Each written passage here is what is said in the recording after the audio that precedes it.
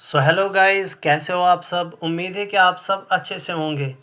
आज का जो हमारा नया टॉपिक है दैट इज़ फिल्म प्रोसेसिंग। जैसे कि जो प्रीवियस लेक्चर मैंने यहाँ पे डाला हुआ था that is about the dark room.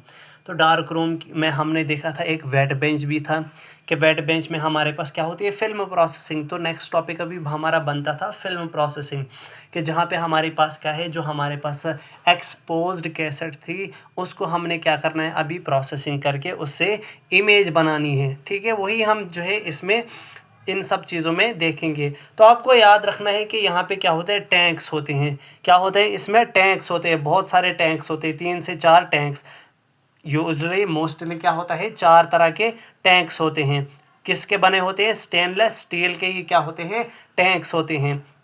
ठीक है, तो आपको याद रखना है ये एक सीक्वेंस जो है यहाँ पे, ये आपको याद रखना है कि सबसे पहले डेवलपिंग होगा, फिर रिंजिंग होगा, फिर फिक्सिंग होगा और फिर वॉशिंग होगा। क्योंकि ये सीक्वेंस आपको एग्जाम में बहुत बार पूछा गया है कि फिल्म प्रोसेसिंग में आपका जो प्रोसेसिंग होता है उसका सीक्वेंस क्या है। तो पहले डेवलपिंग, फिर फिक्सिंग करते हैं, फिर रिंजिंग करते हैं, फिर पहले डेवलपिंग, फिर रिंजिंग, फिर फिक्सिंग और लास्ट पे वॉशिंग करते हैं। ठीक है, और ये जो स्टेनलेस स्टील के टैंक्स होते हैं ये फिल्ड होते हैं केमिकल से।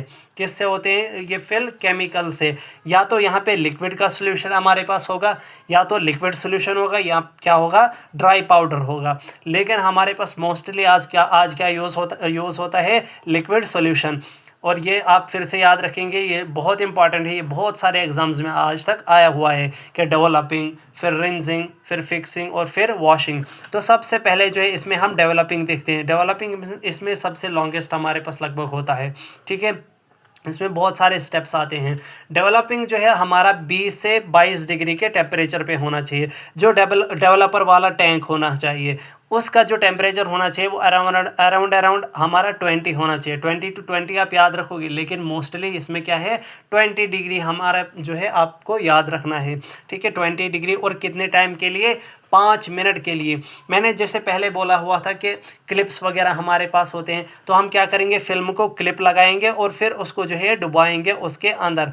ठीक है, क्या करेंगे, फिर उसको क्या करते हैं, उसके अंदर ऐसे अंदर उसको डाल देते हैं, डिप करते हैं सॉल्यूशन में। ठीक है, अब डेवलपर में क्या होता है, इसमें होते हैं रिड्यूसिंग एजेंट्स। क्या होते हैं डेवलपिंग में आप देखोगे सबसे पहला डेवलपर, क्या देखोगे आप वहाँ पे, डेवलपर क्या होता है, एक रिड्यूसिंग एजेंट होता है। क्या होता है, रिड्यूसिंग एजेंट होता है। ये क्या होता है, जो एक्सपोज्ड सिल्वर आइंस होते हैं, क्या, एक्सपोज्ड सिल्वर आइंस। एजी पॉजिटिव जो है हमारे पास क्या है, एजी हमारे पास सिंबल होता है सिल्वर का, और जो ये पॉजिटिव नेगेटिव चढ़ता है दैट मीन्स आइंस है। ठीक है, यहाँ पे क्या है, हमारे पास सिल्वर आइंस जो एक्सपोज होती हैं, एक्सपोज्ड जो सिल्वर आइंस होती है उनको ये क्या करता है, प्रोवाइड करता है इलेक्ट्रॉन्स। मीन्स कि डेवलपर क्या करता है, इन एक्सपोज्ड सिल्वर आइंस को इलेक्ट्रॉन्स देता है और उनको बनाता है फिर मेटेलिक सिल्वर। क्या बनाता है, मेटेलिक सिल्वर। जैसे कि आपने देखा होगा, कुछ होते हैं ऑक्सीडाइजिंग एजेंट, कुछ होते हैं रिड्यूसिंग एजेंट्स। जो रिड्यूसिंग एजेंट्स होते हैं वो क्या करते हैं, रिड्यूसिंग एजेंट्स वही होते हैं जो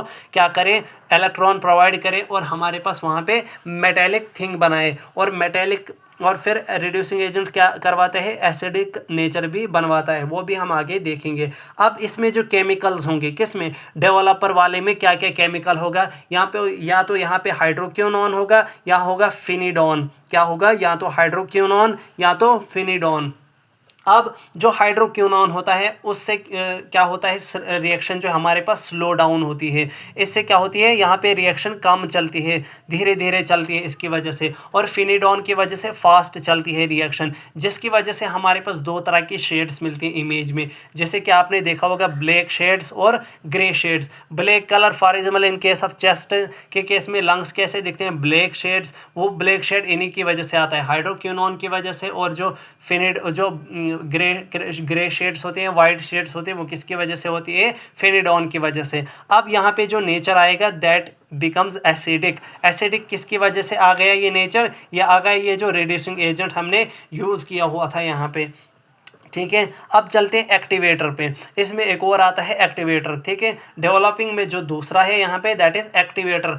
एक्टिवेटर क्या होता है, हमारे पास 2 तरह के होते हैं, या तो सोडियम बाइकार्बोनेट होते हैं या सोडियम हाइड्रोक्साइड होगा, या सोडियम बाइकार्बोनेट या सोडियम हाइड्रोक्साइड।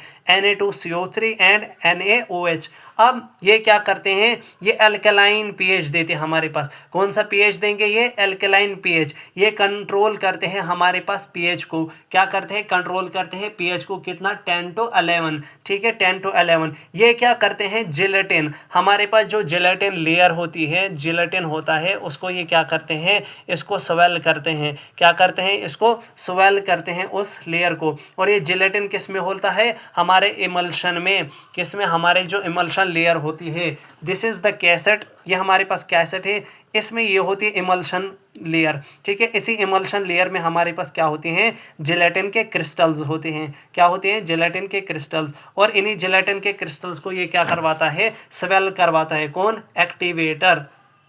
अब रीस्टेनिंग, रीस्टेनिंग में हमारे पास यूज होता है पोटाशियम ब्रोमाइड, KBr, के related with potassium and Br with bromide. Potassium bromide हमारे पास होता है, ये क्या करता है, जो अनएक्सपोज्ड सिल्वर आयंस होते हैं उनको प्रोटेक्ट करता है। देखो ऊपर मैंने बोला कि डेवलपर में क्या होता है, जो एक्सपोज्ड आयंस होते हैं, सिल्वर आयंस होते हैं, उनको क्या करता है, वो मेटालिक सिल्वर में कन्वर्ट करता है। लेकिन कुछ हमारे पास ऐसे भी आयंस होते हैं जो अनएक्सपोज्ड होते हैं, जो एक्सपोज नहीं हुए होते हैं, किसके साथ, एक्सरेज के साथ। तो अगर वो भी हम क्या है, वो भी आगे चले जाए इमेज फॉर्मेशन में, तो वो क्या कर सकते हैं, फॉग प्रोड्यूस कर सकते हैं, मीन्स के ब्लर हमारे पास इमेज में आएगा। तो ये क्या करता है, रीस्टेनिंग, यहाँ पे क्या होते हैं, ये इसको प्रोटेक्ट करते हैं, अनएक्सपोज्ड सिल्वर आयंस को क्या करते हैं, प्रोटेक्ट करके रखते हैं, ठीक है, ताकि इन पे कोई इफेक्ट ना आए आगे असर में। इसकी वजह से क्या होता है, एंटी फॉगिंग होती है, मीन्स के ब्लर वगैरह नहीं आता है, किसकी वजह से, रीस्टेनिंग की वजह से। अब जो है इसी में फोर्थ पॉइंट है, दैट इज प्रिजर्वेटिंग। प्रिजर्वेटिंग में हमारे पास कौन सा मटेरियल यूज होता है, दैट इज सोडियम सल्फाइड। कौन सा यूज होता है यहाँ पे, सोडियम सल्फाइड, Na2SO3 जो है हमारे पास इसका फॉर्मूला होता है। आपको याद रखना है, जैसे कि सल्फेट का फॉर्मूला क्या होता है, SO4, और सल्फाइड क्या होता है, SO3, ठीक है।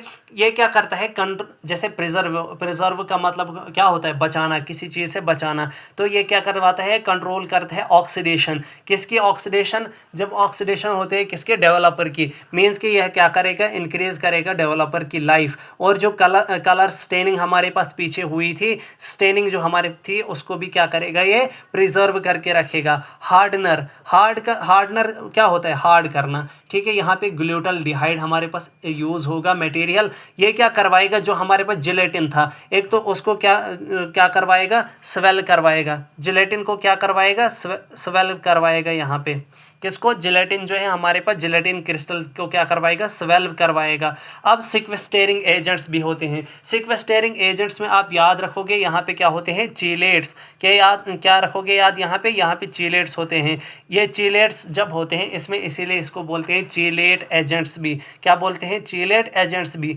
अभी ये क्या करते हैं, रिमूव करते हैं किसको, इम्प्योरिटी को कहाँ से, जो भी हमारे पास एक्सरे फिल्म होती है उससे इम्प्योरिटी को रिमूव करेगा सिक्वेस्टेरिंग एजेंट। अब क्या होता है, नेक्स्ट जो हमारे पास स्टेप आता है, दैट इज रिंजिंग। ये अभी तक जो चल रहा था, this is all about developing. Developing के बाद अभी आता है रिंजिंग। रिंजिंग में क्या होता है, वाटर, इसमें जो ये टैंक होता है, रिंजिंग का टैंक, इसमें होता है पानी, क्या होता है, पानी। ये क्या करता है, जो भी डेवलपर के केमिकल्स थे, जैसे आपने क्या देखा, हाइड्रोक्विनोन था, फिनिडोन था, सोडियम सल्फाइड आया, ग्लूटाल्डिहाइड आया, चीलेट्स इसमें आए, ये सारी चीज़ें भी क्या करने हैं, रिमूव करने हैं। मीन्स के डेवलपर के जितने केमिकल्स हैं उनको रिमूव करोगे। यहाँ पे कहाँ से, फिल्म सरफेस पे। यहाँ पे भी टेम्परेचर कितना है, 20 डिग्री सेल्सियस, और हमारे पास कितने टाइम के लिए, मिनिमम 30 सेकेंड्स के लिए आपको यहाँ पे फिल्म को रखना है। इसके बाद आप क्या करोगे, फिक्सिंग। तीसरा जो स्टेप है, दैट इज़ फिक्सिंग। फिक्सिंग जो है ये भी हमारे पास 3 से 4 मिनट का जो है प्रोसेस है। जैसे हमारा डेवलपिंग है वैसे ही फिक्सिंग भी हमारे पास ऐसा ही है। इसमें भी हमारे पास 3 से 4 मिनट लगेंगे, और टेम्परेचर 18 to 24 डिग्री सेल्सियस, और मान के चलो कि 20 इसमें भी होना ही होना चाहिए, ठीक है। अब इसमें होते हैं फिक्सर एजेंट्स। क्या होते हैं, फिक्सर एजेंट्स। यहाँ पे क्या क्या होते हैं, एक सोडियम थायोसल्फेट और अमोनियम थायोसल्फेट, ठीक है।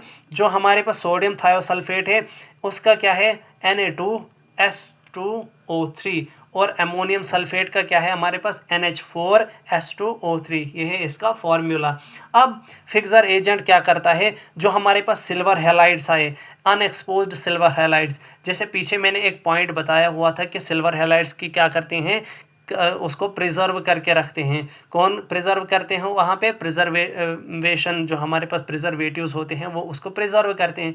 लेकिन अब यहाँ से अगर वो वहीं पे रहेंगे, वो क्या करेंगे, वो फॉग प्रोड्यूस करेंगे। तो यहाँ पे ये क्या करते हैं, इसको फिक्सर उसको रिमूव कर देते हैं, किसको, अनएक्सपोज्ड सिल्वर हैलाइड्स को। और सिल्वर हैलाइड्स में आप याद रखोगे, हैलाइड मीन्स जो भी हैलोजन ग्रुप में आते हैं, चाहे आपके पास ब्रोमाइड आए और बहुत सारे चीज़ें आती हैं, तो ब्रोमाइड आप याद रखोगे, आपका जो है क्लोरीन आता है, फ्लोरीन आता है, ब्रोमीन आता है। तो उसमें से जो हमारे पास सबसे ज़्यादा यूज़ होता है दैट इज़ ब्रोमीन, ठीक है। तो सिल्वर ब्रोमाइड जो है हमारे पास यहाँ पे क्या है, इसको रिमूव करते हैं, ठीक है। अब एक्टिवेटर आता है इसमें भी, जैसे आपने पीछे भी एक्टिवेटर देखा और इधर भी एक्टिवेटर आप देख रहे हो।